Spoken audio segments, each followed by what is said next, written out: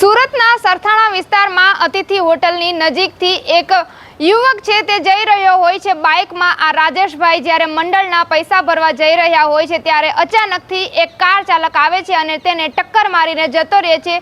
રાજેશભાઈને hospital લઈ જવામાં આવે છે, ત્યારબાદ તેમને મૃત જાહેર કરવામાં આવે છે। જો કે આરોપી ફરાર થઈ જાય છે। 5 દિવસથી તે કાર લઈને અલગ અલગ વિસ્તારમાં ફરતો હોય છે, પરંતુ પોલીસ તેને શોધી કાઢે છે અને આ પોલીસ આરોપી કાર ચાલકની પૂછપરછ કરે છે તો તે કહે છે કે ભૂલથી તેનો પગ બ્રેકના બદલે એક્સેલેટર પર જતો રહ્યો છે અને તે કાર ફૂટપાથ ઝડપે દોડવા લાગે છે અને એટલા લીધે જ આ બાઇક ચાલક ટક્કરમાં આવી જાય છે અને તેનું મોત નીપજે છે। જો કે પોલીસે આરોપીને પકડીને ઘટના સ્થળે તેનું રિકન્સ્ટ્રક્શન પણ કરાવ્યું હતું અને હાલ તો હિટ એન્ડ રન અને સાવરાદનો ગુનો દાખલ કર્યો છે। ત્યારે આ અંગે તમારું શું કહેવું છે? તમારા પ્રતિભાવો કોમેન્ટમાં ચોક્કસથી જણાવજો।